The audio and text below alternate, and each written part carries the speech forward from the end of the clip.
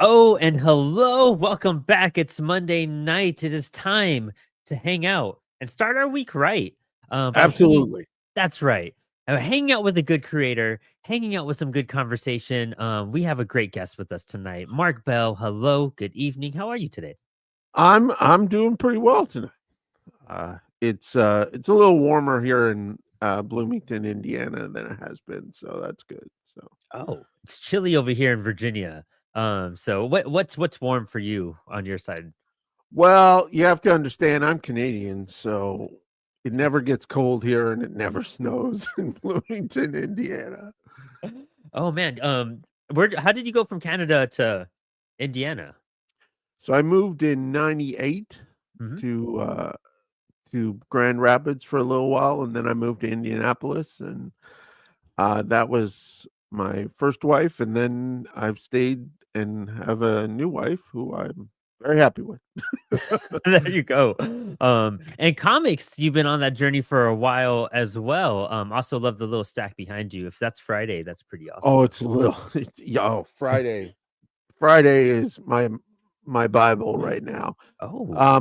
That's a book that, I like. You read Friday and you go, "Why didn't I do this? Mhm. What this is everything that I would think of next." And then Brubaker is like, "Oh, no. No, no, no, no, no. You think you thought this through, but I'm gonna add this element, and you're gonna go, 'Wow, that's awesome. I didn't think that was gonna happen.'" It's been Brew a while Breakers. since I read a comic, and I was like, "Wow, that is completely original," at that point in time. Well, Brew Breaker's brilliant at that too. I really got into a lot of his stuff. Fatale, especially, was a favorite of mine because that has that noir detective. I went through a huge Columbo phase, and so like I was just chasing down books with that kind of vibe as well in general. And so Fatale came across my desk because I finished reading. I think it was the final cut. I want to say it's the where it takes place with the movie studios and everything. Yeah. Yeah, and those it's knowing characters like that are so brilliant and whatnot. So is that like inspiration reading you're doing right now for Friday, or is that Oh, enjoyment no, reading? no, the the complete Friday came out. Now I bought the digital and I bought the, trades, and, I bought the complete because it has some really nice pages in the back of scripts and things like that, and it's a little larger size. So the trades for that book are a little small for Mhm. old man Bell to see all the pictures. So that book has some amazing two-page spreads. So I wanted to get that. Oh man, yeah, definitely. Who is the artist? I have it right over here too. I could look, I guess. Uh, It is Marcos Martin. There you go. Yeah, I have one of Marcos the Martin. smaller Yes. trade right here. Yeah.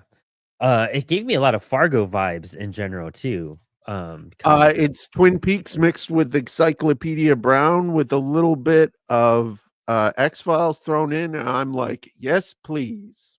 Yeah, Twin Peaks fan as well. That's the pinnacle of all that. Even I don't know if you've read Grant Morrison's Batman and Robin series, but I always describe that as if David Lynch directed the Batman 66 show. And Yep. that's I would say that was a good call there. Another there's another couple of books. I forget what the name of them is, but they're kind of like this. Oh, I'd have to look it up. But they're a series of books that are about a small town in Canada that have kids who are detectives, but it's very Twin Peaksy too, and I ooh. really like that. If you end up recalling the name or if someone in the chat watching No, right now I'll is have to look it up. well I that will send you the name, I promise. I have yeah. 2 of 3 of them. There's a new one coming out soon, so Ooh. and I love those, like, I love Encyclopedia Brown. I love that kind of detective story for kids and things like that. I think that those books are fantastic. Oh man, yeah. And so I mean that takes us to a lot of places too. So where did your love for storytelling begin then? You have a pretty deep kind of enrichment of that, of what you crave to read, what you're looking for your entertainment and for your references and stories. Where did that all start up for you to want to start expressing that? Well, it really started with it came out about with 2 things. One was the lack of decent television channels as a child because the television of the late '70s and early '80s was not the best stories. The Dukes of Hazzard, for example, was not exactly height of storytelling. Uh, and then I was presented with these colorful books in grocery stores and pharmacies that were comics, and these stories were huge, right? Both literally and figuratively. Like, I remember I don't know where I got it. At one point in time, I had the full size, giant size Muhammad Ali versus Superman. Now that Ooh. book by Neil Adams is just the art is just incredibly gorgeous. I didn't think that at the time. It was Muhammad Ali versus Superman. That was the point of it for me. So that sort of storytelling really caught my attention. And I read a lot as a kid because the library was a place that I could get new stories all the time. And a lot of the time growing up, there was nothing on television. I lived on a farm in the middle of Canada, in the middle of nowhere. Reading was my escape. So I read a lot of books. Like, and I also read books like I'd read a Hardy Boy book and then I'd be like, I'm going to read them all. There you go. Yeah. Yeah. And and so I would read the whole thing. And like when in the ninth grade we were assigned and then there were none, and I was like, oh, this Christie lady's not bad at the writing. I should read all her books. And I read most of her books at that point in time. So I was always reading stories like that. And then came the urge to create those stories in any sort of media form I had. I was telling my wife about this the other day. I wish I had kept these, but I remember as a small child recording audio radio dramas that I had written that involved superheroes and the shadow and stuff like that. I wish I had those tapes because they would be absolutely brilliant. But we did stuff like that. We made movies. We started making comics. But the problem with all of that stuff that I'm jealous of kids today, and this is not a shout at the cloud. I'm jealous of kids today. I'm really jealous of kids today. They have so much available to them, but we didn't have those things. I went to the library. I said, here in the back of this comic is an ad for this book called How to Create Comics the Marvel Way. We don't know how to create comics. This book will tell us, can you please order this? And the librarian looked at me and said, that's a comic book. We can't have it in the library. I was like, it's a book about comics, but it's not a comic book. Technically an So art book, we you know? we tried to figure out how to do it. And just as we were figuring it out, the '80s black and white revolution happens, and we're like, it doesn't matter how you do it. You could do it anyway now. So we were all part of that and the movement from drugstores and grocery stores to comic book shops, and that magical year of '86 of wait a minute, this Watchmen comics comes out every month for a year. This is too good to come out every month for a year. And DC sells this? I don't know about that. So we were in that, and then you know, jobs, college, marriage, kids, all that stuff happened. And I went to, do you remember? I don't, this might be too old for you, but there was a con in Chicago called Wizard World. Oh yeah, yeah, And I yeah. went in 2001 and I was like, okay, I want to make comics. I want to write comics. There's a whole bunch of seminars on this. And I went to the first seminar and I don't know who this person was. I do not know who this person was. Everybody seemed to know who this person was. I did not know who this person was. But they got up and they said there are fewer people working for Marvel and DC as writers now than there are professional athletes. So if you are not honing your craft like a professional athlete, you are not going to make it to Marvel or DC. And I was like, hmm, well, I kind of write some stories on the weekends and at night, but I don't do that. Mhm. So that was both inspiring and downheartening, and things progressed. And then time moves forward. I get to 50 and I'm like, okay, uh, I need to get on the stick with some of these things because it's not that I'm going to pass away early. I'm going to live a long life. I'm very pleased about my health and all that sort of thing, but I do have a finite there's more before this date than there is after this date. So, because of that, I need to really get on the stick. And I knew that I couldn't draw. I knew that I didn't have the artistic skill to draw a comic the way I wanted to. So, I knew if I was going to write a comic, any artist that I met up with, I needed to have a script because the first thing they were going to say is, "Can I read the script?" Well, the first thing they were going to say is, "Are you going to pay me?" Which was not even a thing for me. It was I was going to pay an artist and I wanted to have a script. So I wrote a script for Spirit for a graphic novel that had 120 pages. I got to tell you, it was the greatest epic of all time. It's amazing. I still have it. And I wrote that, and the that book came out of the idea of going through previews and saying there's still a lot of dudes in their underwear fighting other dudes in their underwear. While other dudes in their underwear watch those dudes.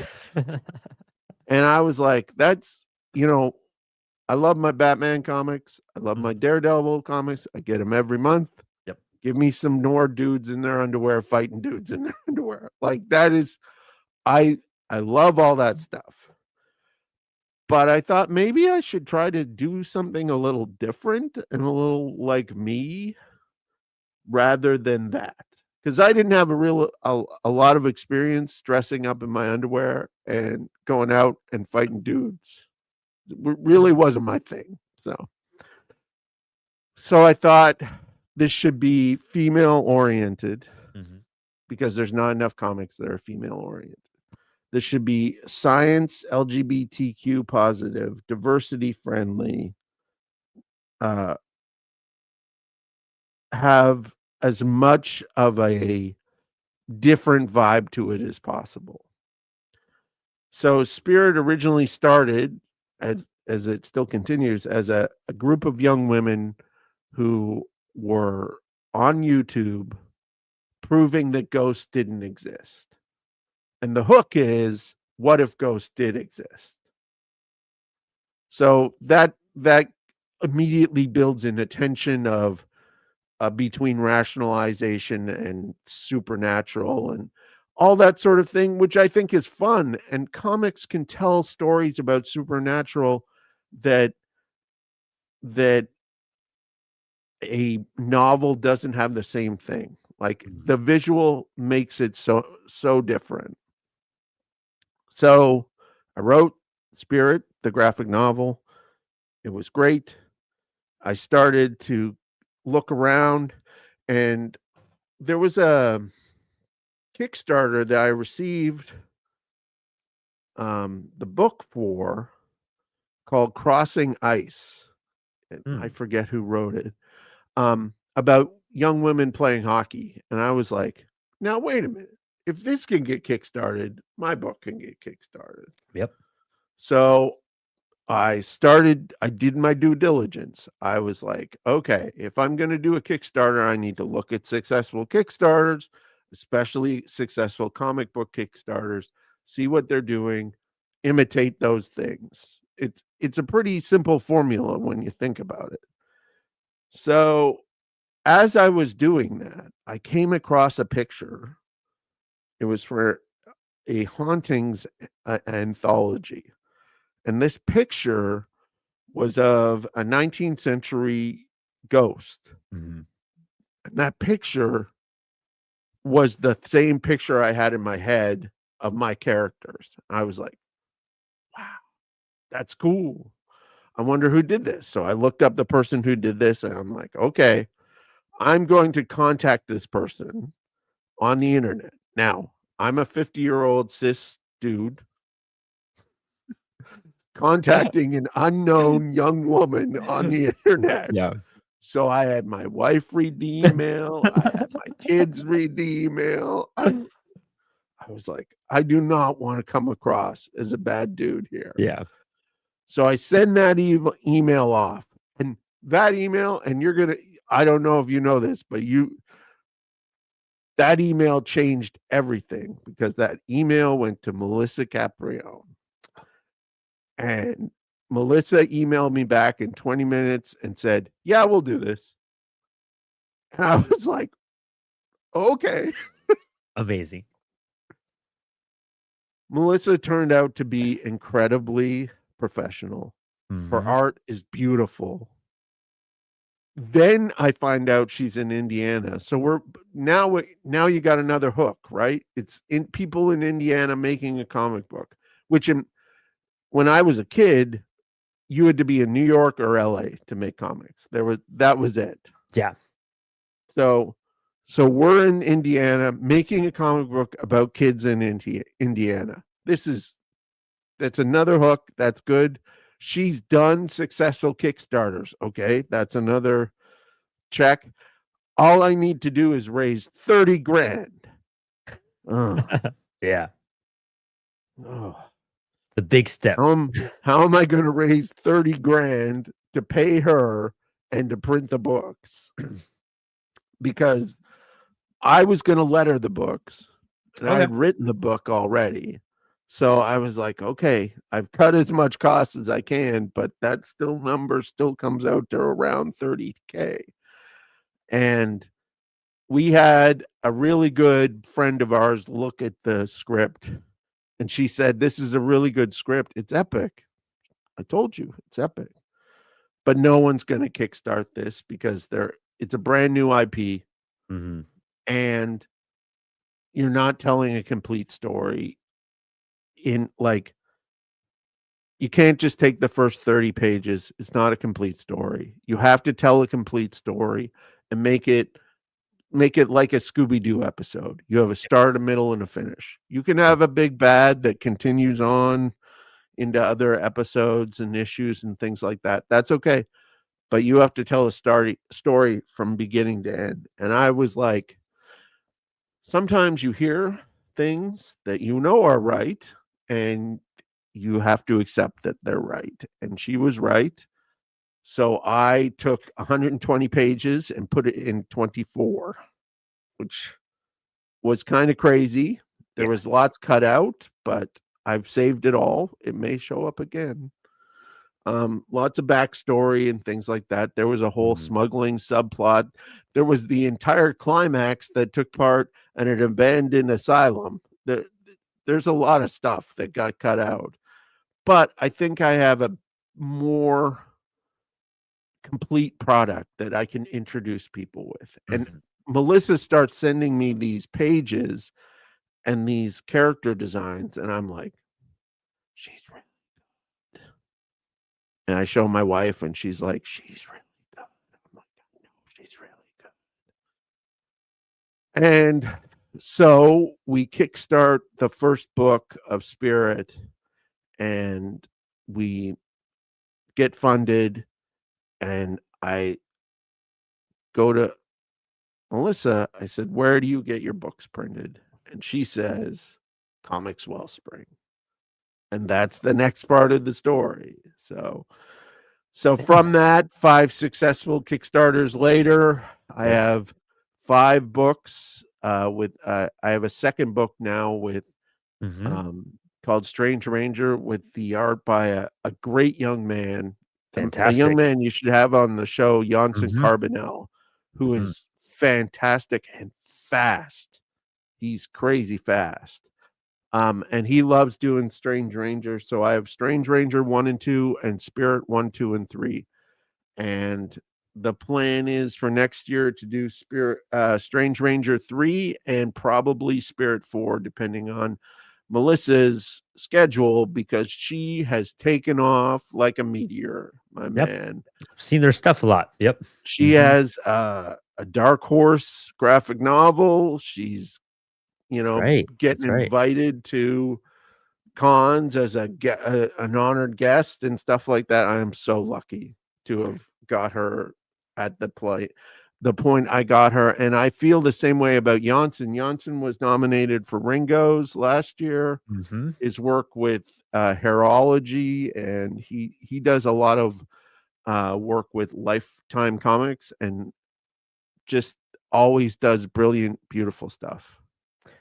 I mean, there's so many cool things there. I mean, you started especially talking about how we're jealous of kids today of how much capabilities they have, and being able to do like, your ideas about the radio shows and all of that. That's so capable. And people could just pick up their mics and record these shows if they wanted. They could make their own, I mean, podcasting the way we are now, doing these interviews, discovering things and learning.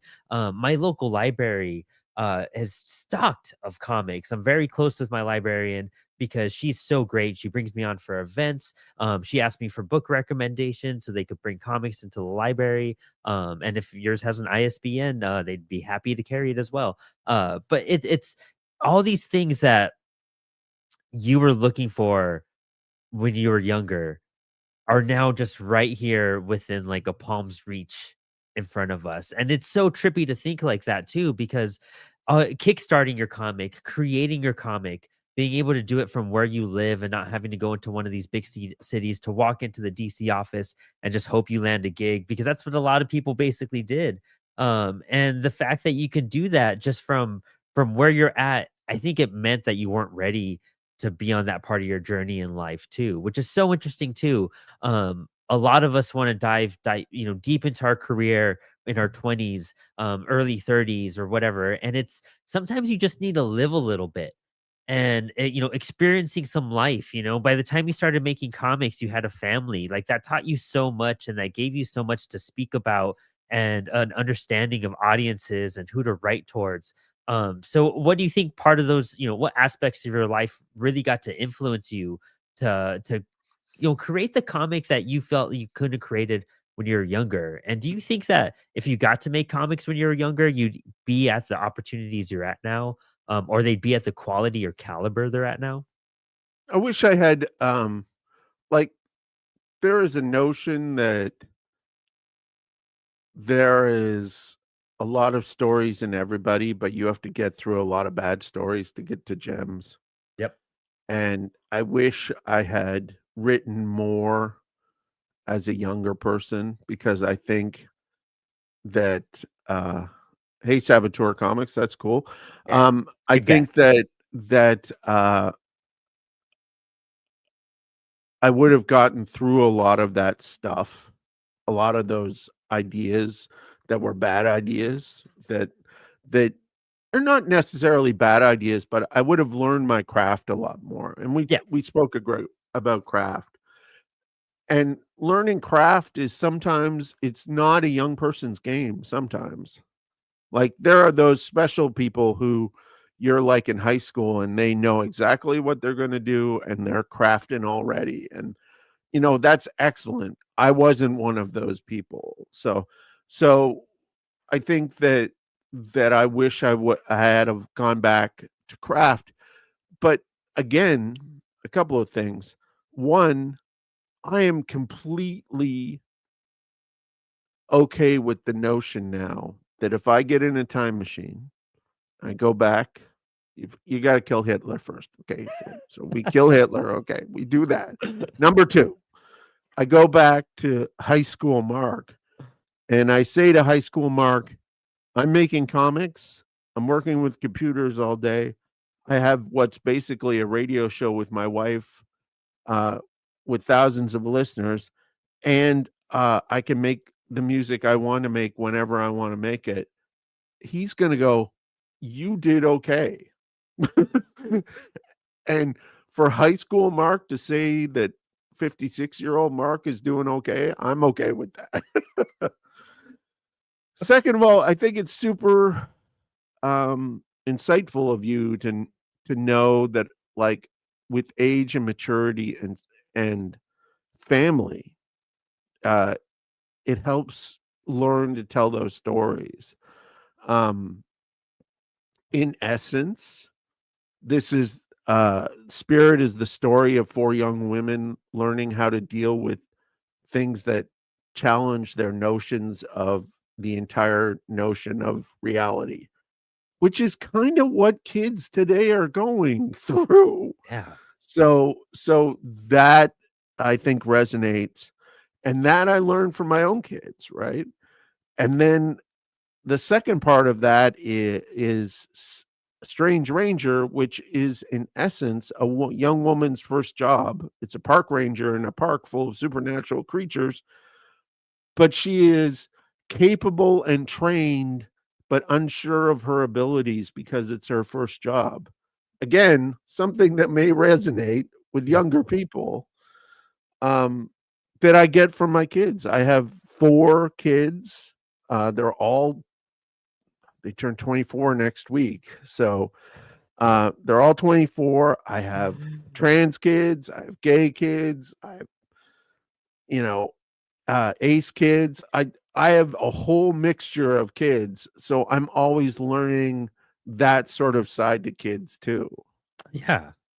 And I mean, that's especially as a parent in this day and age, and just this, universe and timeline we're in general, how it's more of a struggle than ever. And having a supportive parent and an understanding parent of that, it means so much. I'm sure it means the world to your kids. And I think as they get older, they're just going to appreciate that more and more. And I mean, stuff like Well, that just baffles me why there's, anything to I don't know. The world today is bizarre, you know? well, along with that, I understand I'm a 56-year-old cisgender man and white man, and I don't want to steal or take anybody's voice, Mhm. right? I don't want to do that. So in my situation, in my stories, the story is there is no story because there's lots of people who tell that story, like queer gender and blankets and all those other stories that are fantastic, Mhm. that is far more authentic to their life and a far more authentic voice than if I tried to do that voice. So my voice is, I think we should all get along. Let's imagine a world where we all do get along. So everybody gets along. Yeah. And I love that because you're, extending a microphone in the sense of giving a safe space, but you're not trying to speak for them in that sense either. And I think that's a big difference between speaking for someone and giving them a safe space to enjoy something and to be in a medium, but also show the world that people are just people. I think when it came down to writing comics and looking at characters and dialogue and figuring out what fits for the story, I was like, it doesn't, a lot of people I know are afraid to, opposite sex, writing opposite sex, any sort of things like that, a straight person writing a gay person, anything like that. They kind of get scared and nervous. But if you write them as humans and as people, you're going to find a way to give them a space and kind of give them words and let them flesh out because that's all they are just humans, just people. And when you start to think of it differently, then you're starting to like transform them into something they're not almost. And with working with Melissa, who's a gay woman, I always have that voice Yep. helping me and giving me feedback of like, she's never had to say, "This doesn't work," or "You should change this," which to me means I'm doing Mhm. what I should be doing, so and yet, I have at a con I had earlier this year, I had a young woman come up to me and say, "I've never read a comic where a girl kissed a girl, and I love that." And I was like, "Okay, I'm done." Win. And I sent Melissa a message and she goes, "We're done. We've succeeded in doing what we needed to do." No, honestly, I think it's something that I think is just as common as you are with your friend group. That's what's gonna appear in your stories, you know? And Yeah. that's where it made sense to me was that if I wrote a story where it's just a bunch of white dudes, that's not the people I'm surrounded with or who I interact with in life. Why would I keep it so isolated? You I'm If you're writing characters, write characters. Write about like your friends, write about people you know. And those are sorry, my cat is T'Challa. You're in the camera. Um just write about the world we live in. And there's one thing about creating a world. Of course, it's all a fantasy and whatnot. But it's one thing to also like make sure you're including those elements just like you would include like ground and sky and oxygen and other Well, and people like I really so in Spirit 3, the most scientifically grounded character is the one that discovers Sasquatch, Mhm. which she has a problem with, and then finds out that Sasquatch is trans, and she has more of a problem with with the character being Sasquatch than she does with the character being trans. So I have that whole series of story, but then they're also being pursued by these kind of um like tech bro Sasquatch hunters, but they have a rift in their own little group. And like I think two of those characters become likable by the end of the story. And they start off as not likable, but then that happens. And I think that sort of change is possible. And that sort of like I like to tell happy stories because happy things happen. yeah. A trans Sasquatch, I am sold. I think that's the coolest thing in the world, and it makes sense. Like it totally makes sense in my head. And I think that's another thing. I grew up with, I grew up with Kiss and Motley Crue and all Yeah, this. So like guys dressing as girls, when I questioned it, my dad said that's rock and roll. And I was like, oh, yeah. that's rock and roll. Like I thought that's what if you're gonna get like the pretty girls, then you dress like a girl. That's what I thought. It made sense in my head. So like growing up, I never rock and roll, you know what I mean? And I think I grew up as a musician myself. I love seeing the guitars in your background. Um, uh, some of that even brings more acceptance into your life and more understanding and more fun and flair and just personality in that big sense too. Well, Yeah. and you learn from the text that you observe. And going back to what we said earlier, remember, Twin Peaks has David Duchovny not as a cross-dresser. David Duchovny is transsexual Mhm. in that story. She is referred to as she. She is a she, Mhm. and that was 90. Like, that was not seen on television at that Yeah. point in time, and just accepted and not exploited. It wasn't a Was it a marketing tool of any like, it sort, wasn't even talked about, which is the part I loved. And then the other thing that we really cut our teeth on was John Waters movies. And you watch Oh, enough John Waters movies, you're like, anything goes. hands down, yes. Oh man. Yeah, I mean I love that. It's part of it's just life. And I love that we're getting more stories like that. And I love that even now you're at a stage of your life and existence where you were able to find a collaborator to make this just more fulfilling, make more sense. bring more confidence to the stories to present. Like, Yeah. a big thing I always tell people too is just like, well, if you're nervous about a character you're writing, find someone to proofread it. Let them know if you're right or wrong. Like, let them give some feedback in that aspect. Be specific. Don't just ask for like, is this a decent, like, be specific on what you're trying to do with this character and explain to the proofreader just so you're hitting the right marks and that you could say something that is totally wrong and off, and not even realize it because you just don't know everything about another human's life, until you It step is in those shoes important and to do it. have sensitivity readers, and all my books go through sensitivity readers. Mhm. Not for like, I write a lot of female characters. I don't wanna write something that doesn't come off right or condescending in any way. I don't think it is, but it's always good to check. I'd Yeah. rather check because then I know. Then I know. Yeah, So exactly. And that's awesome. Well, and so also a big thing that caught my attention was you were saying this was a 120-page graphic novel, and you narrowed it down to 24, 28 pages.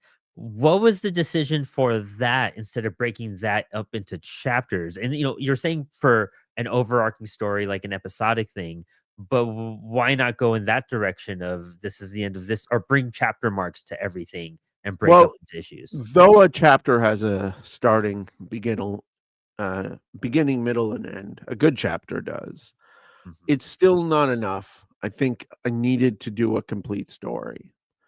Hmm. And so I took those elements, um, that were the essential story, the very most important things, and then I cut another 20 pages after that because, uh, it's the old writer adage of killing your darlings. I have a folder called Darlings. I have lots of stuff in there. I don't throw anything away, but I keep a lot of stuff because that may show up again, that might that scene or that thing might show up again, or you might never use it, but it's it's not really taking up a lot of space. It's not, you know, keep it around. Keep that idea around. And that the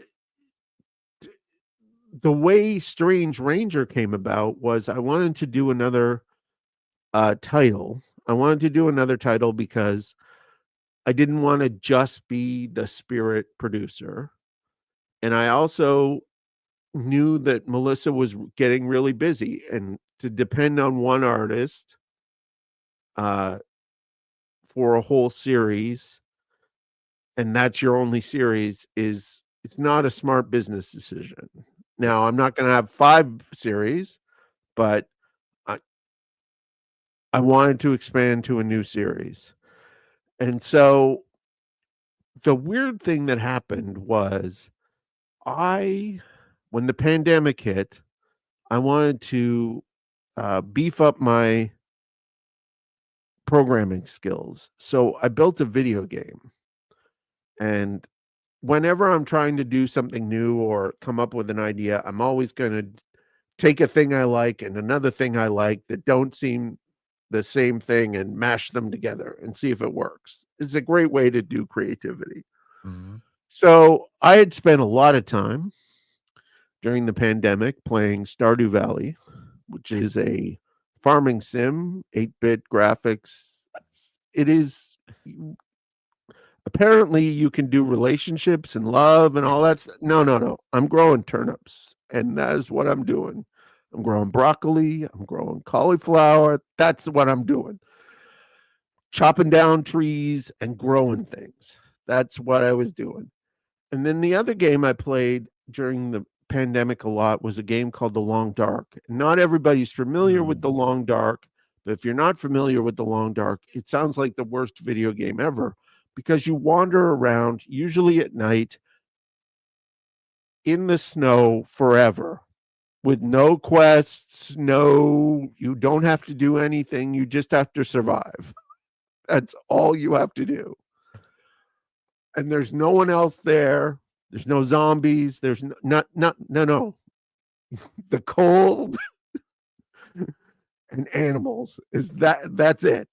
So I thought maybe I could combine these games into like a game where you were in charge of a really large park. And that's the other part of Long Dark is huge areas, right? Where like kilometers and kilometers of space for you to explore. So I took Stardew Valley and Long Dark and put them together in a park ranger sim that I called Strange Ranger because I wanted to have like weird stuff go on at the park. And it's funny to keep coming back to Twin Peaks, but there I was a love it. map. There was a map for Strange Ranger 1 as one of the rewards for the Kickstarter, and it has the Black Lodge on it. Oh, it's cool. That's So cool. the Black Lodge is in this park. Oh, it makes me Or at happy. least an entrance to the Black Lodge is in this park. So So I was trying to come up with an idea, and my wife was like, "Maybe you should do a Strange Ranger comic." I was like, "Okay, I don't have any ideas. What am I going to do?" And I pitched her 20 ideas. I pitched her like um, Warhammer 40K, but it's animals, like French bulldogs instead of people. And like I pitched all these different ideas. And she's like, maybe you should do Strange Ranger as a comic. And I was like, okay, I'll write up Strange Ranger. And of course, it turned out to be a great story. I really liked it. There was a lot to it. And then I was like, okay, I need to find an artist. And looking around on Twitter and Blue Sky and Instagram, I think I found Janssen on Instagram first. I found Janssen's artwork, and yeah, this is it. It is a prideful moment for me because I said to Melissa, I said, "What do you think of Janssen's artwork?" And she was like, "He's very good. He can't do spirit. Only I can do spirit." I was like, "Okay." No, this was for another book. And she goes, "Oh, he'd be great for that." And then when you look at Janssen's artwork and you look at Melissa's artwork, the thing I like best is they are different. Yeah. They draw the characters differently. They have a different style to them, but they look like a Plague Doctor Press book. Like they Mhm. fit together. And Yep. that sort of magic is impossible to recreate. Hands So down. so I'm completely enamored by both of those artists. And so that sort of mistake or taking something that you had changed in one form and turning it into another is what led to Strange Ranger, and Strange Ranger has been a great success. I tell people this, and it's hard to understand this, but I wanted to make a comic book. I wanted to make a single book that was color and that was 30 pages. That was my goal. I knew that if I did the Kickstarter and it was successful, I would have more comics, but I just wanted to make the one.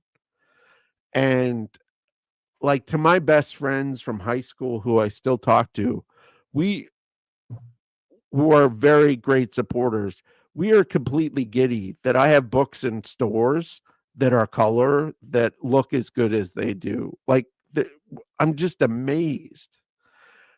Now I have multiple covers. Spirit 1 is in its third printing. Spirit 2 is in its second printing. Strange Ranger is in its second printing. Um, all the new books are going to have to be printed again. I, I cannot believe how amazing and how lucky I've been. I understand I'm a very small fry. I understand there are people who go to Comix Wellspring and order thousands of comics at a drop. That's great. The fact that I have ordered over thousands of comics from you guys is just completely stunning to me. I'm just so pleased by that. And when you do your first reorder, you're just like, wow, like it kind of hits you after a minute too. You're just like, I can't believe like that happened. I'm on round 2 now. And it I- gives you so much confidence and it's so exciting getting that in. I'll tell you what, I put in the order, like not to blow smoke up you guys' butts or anything, I'll but I take it. put in the order. It was second printing, and when they accepted the order, they sent back congratulations on your second printing. That's free. You don't have to do that. You don't. Nobody has to do that. But the people at Comics Wellspring have been so nice to me that I absolutely talk them up over and over. But I don't have to, because the books that I have are so beautiful because of the artwork in them Yeah. and the printing. Yeah. The two things come together. I don't need to sell a printer. I just say, look at that book. If you want a book that looks like that, find a great artist and print it there. Well, thank you. I might chop that into a little ad. I'm not gonna lie. Get you a little discount for that. Dude, that's so exciting. And I mean, again, it comes back to capabilities that you probably didn't have years ago. And then going from your experience at, Wizard World, being like, if you're not completely dedicated to this, you're not gonna be able. And it made you kind of feel that you wouldn't be able to make comics. Like you Yeah. have to be at this level to even try to make comics. And that's so it hurts, because even we have another show. It's called Spilled Ink, and that's a live drawing show that I do every Thursday because I didn't know how to draw, and I had that mindset in my head for years, being like, I can't draw like Tony Daniel and Jim Lee and Greg Yeah. Capullo and all these people. Like, I'm not gonna. Why should I give it a shot? And then years pass and everything, and then I've meet so many indie creators and seeing their artwork and seeing what they do and how excited they are that, even if you just complete something that's bigger than anything and just getting Yeah. it out there means more than any sort of quality, quote unquote, of any type. And that's what's important is just doing it, doing the craft and trying your best and having the guts to go and share it with the world. And that's the biggest thing you could do. And so I did this show and I bring on all my indie creator friends so I could showcase all the various types of indie art out there. So if I could learn live on air with all these people as I goof up and figure out how to draw stuff. And you could see all these magnificent artists and creators around my goofy artwork. It would inspire people, hopefully, and that's the whole point. Is just we Yeah. just want to inspire people to go out there and give it a shot. No one should tell you that you have to, because dude, that's impossible. How can especially with the way the world has changed in terms of living and job necessity and just cost of stuff. It's different from in the 80s, the 90s, the early 2000s. You can't live off of a part-time job and have an apartment anymore. Like, and then spend No. the other time writing, trying to create your career. Um, so again, do you think that made a major shift for you to bring on the capabilities of creating your craft in general? Uh, totally, with distribution on top of that. Hmm. Like just printing has gone down in cost so dramatically. And And even more soon. Da-da. yeah. But And so printing has gone down, and then there's no there are quality gatekeepers that should be in place in any industry that make sure that certain things don't get through. I understand that. But there, especially in the comic books, there were too many gatekeepers that were, she's a woman, so she Mm. can't draw, or she can't write a series on her own, or we'll give her the kids series because she's a woman, right? And another thing that comics were really bad for was they're a South American or Central American artist, they're cheaper, so we'll use them even if they're not as good as the artists we're paying here in North America. And so not only is technology better than ever, the fact that I can do layouts and things like that not only is distribution better than ever, the fact that I send comics, I have sent comics to everybody, to every continent but Antarctica. That is Well, stunning to that's me. great. And I do say on every podcast I'm on, come on, Antarctica. There's got to be somebody who likes comics there. I'll send you comics for free to Antarctica. I got to get the complete set. Um, but in addition to all those technology and distribution channels and production channels that we have, we're also getting rid of those gatekeepers that say things like you're a woman, you're Latina, you're whatever, you know. Mhm. And so that means there's even more doors, and those stories, like, I got to tell you, I'm a little tired of the young white guy who meets up with the wizard, who has the father who's the bad guy, who he has to overcome in the third act, but they all get together at the end and they throw the ring in the lava. Like, we have heard this story a number of times, and I'm ready for some new stories. And the best part is there are women and gay people and people, uh, the the comics coming out of Africa right now are super interesting.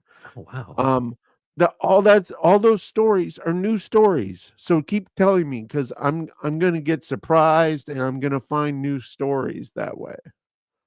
I think that's what also made so many good comics, like the early Vertigo books, so entertaining because they gave you these new, mythologies that we weren't really familiar with, and different cultural aspects that we were all used to Greek mythology. We're all used to the same basic stuff, but when you learn more about like Africa and Egypt and all these other places, and it's everywhere in the Middle East, you learn how like just how much more there is to like carve through.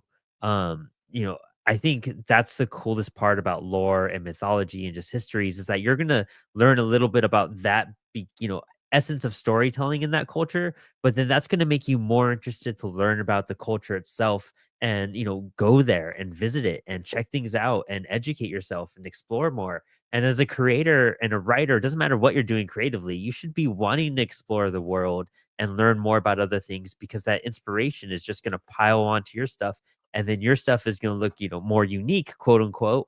But it's really just more educated, more influenced, more culturally equipped to this century, and you're bringing on and introducing people to different histories and wanting them whenever something makes me Google something and be like, okay, where did this come from, or what is this, and I have to learn a little bit.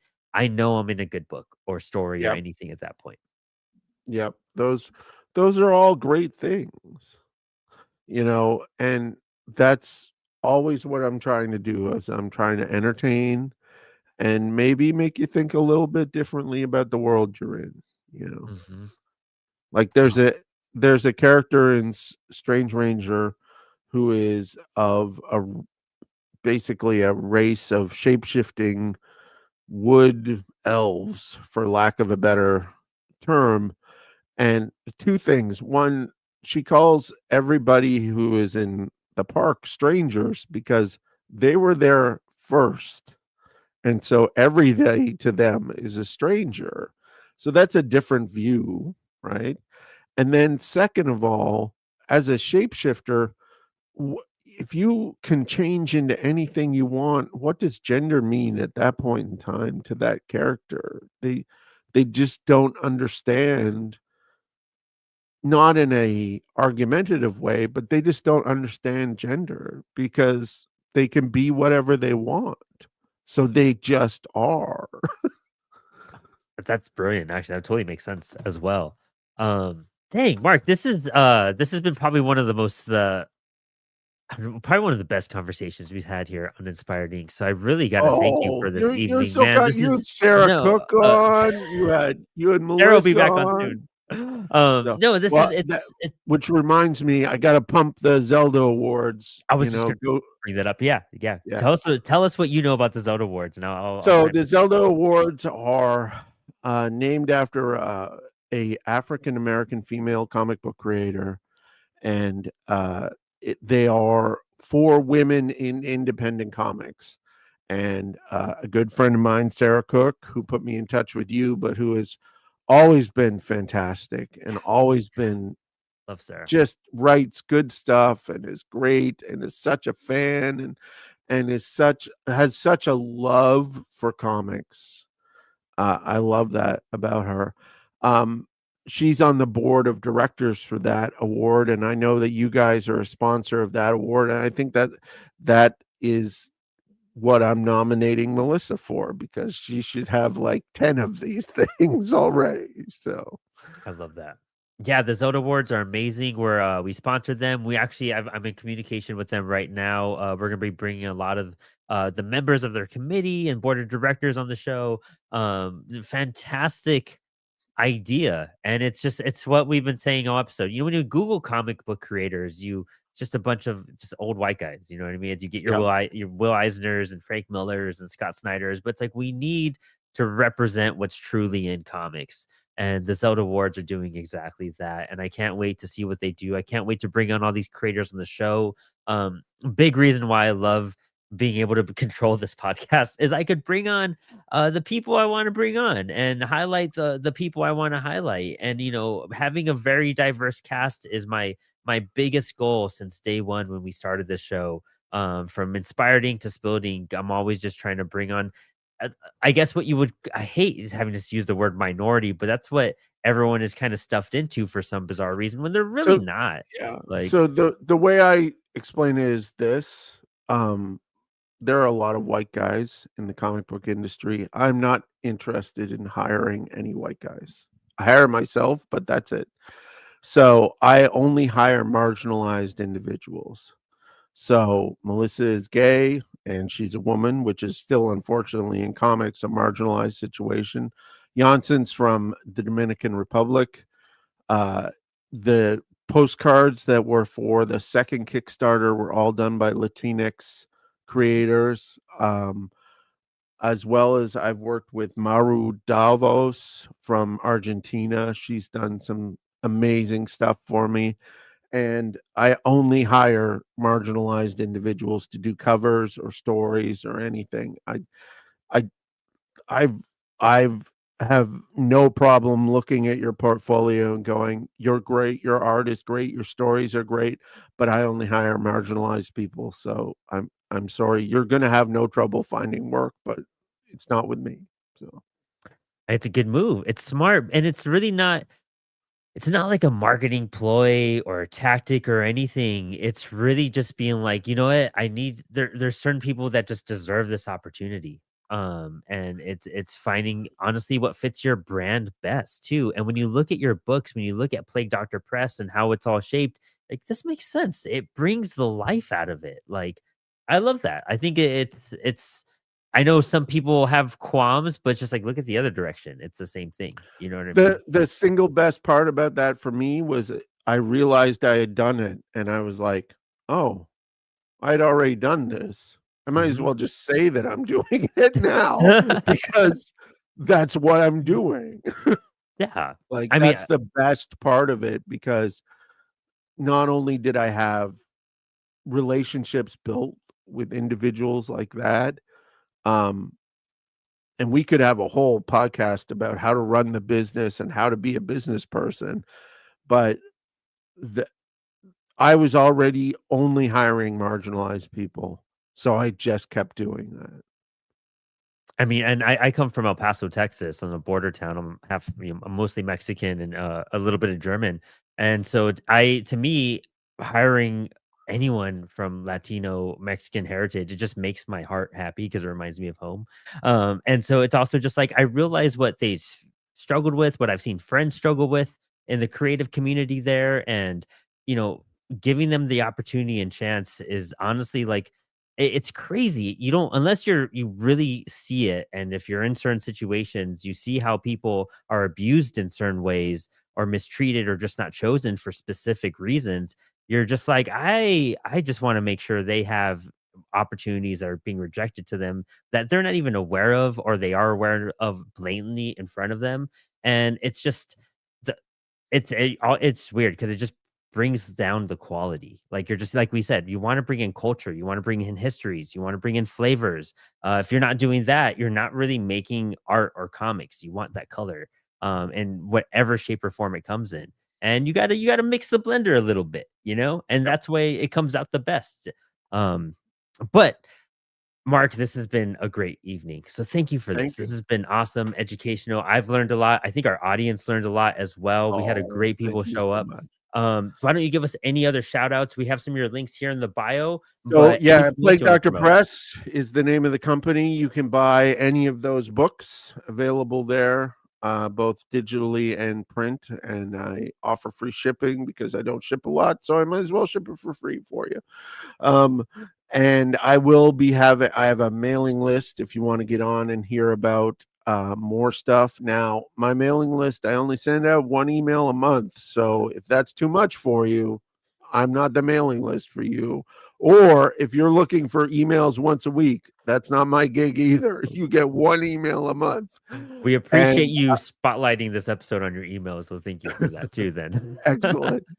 And then I will be doing Kickstarters in the new year. I'm kind of taking uh, not a break from comics, but I just need October and November are really busy times for me. So I just have stepped away from comics for right now, but I'm eager to get back to them. And I know Janssen is excited about Strange Ranger 3. So I'm excited for all this. This is I need to catch up.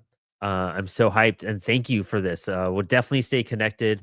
I'll send you a little invite for virtual con. We're hosting not next week, is next 2 weeks. When is Black Friday weekend? That's when it is. That's in a week. yes, that's 2 weeks. 2 weeks. Yeah, my Yeah. calendar's been crazy the last month and a half. We have a great virtual con we're working on with Sierra Nova Comics. Definitely will shoot you an invite, Mark, if you want to speak at some panels. Oh, But dude, absolutely. thank you for doing what you do with the greatest mindset, with the greatest heart, with the greatest understanding. And we need more creators like you. We need more people like you. And it's just so warming and welcoming to have someone with your mindset and doing what you do in this world right now. So I think it's appreciated across the board, from just so many people, man. So good job. I'm so Thank hyped to you check out these so books and much. support your stuff. And you're doing the right things. So thank you for being on the show. And everyone else, thank you for tuning in. Yep. We have shows lined up until I was going to take December off, but we're going to bring on a lot of the people from the Zelda Awards throughout this December. It looks like leading into the new year, and then New Year. There's so many new exciting things that are happening. And make sure if you haven't yet, sign up for Comics.one, sign up for Global Comics. We have some great announcements with POD starting off with them as well, and some other announcements hitting the new year. And so I can't speak too much about it, but plenty of content coming your guys' way. So much more than before. Things are going to be transforming in such a positive way. We're revamping some cool stuff. The shows aren't stopping. Everything's hitting in so many cylinders right now with CWS. So lots of news coming your guys' way. But until Thursday night or next week, thanks for hanging.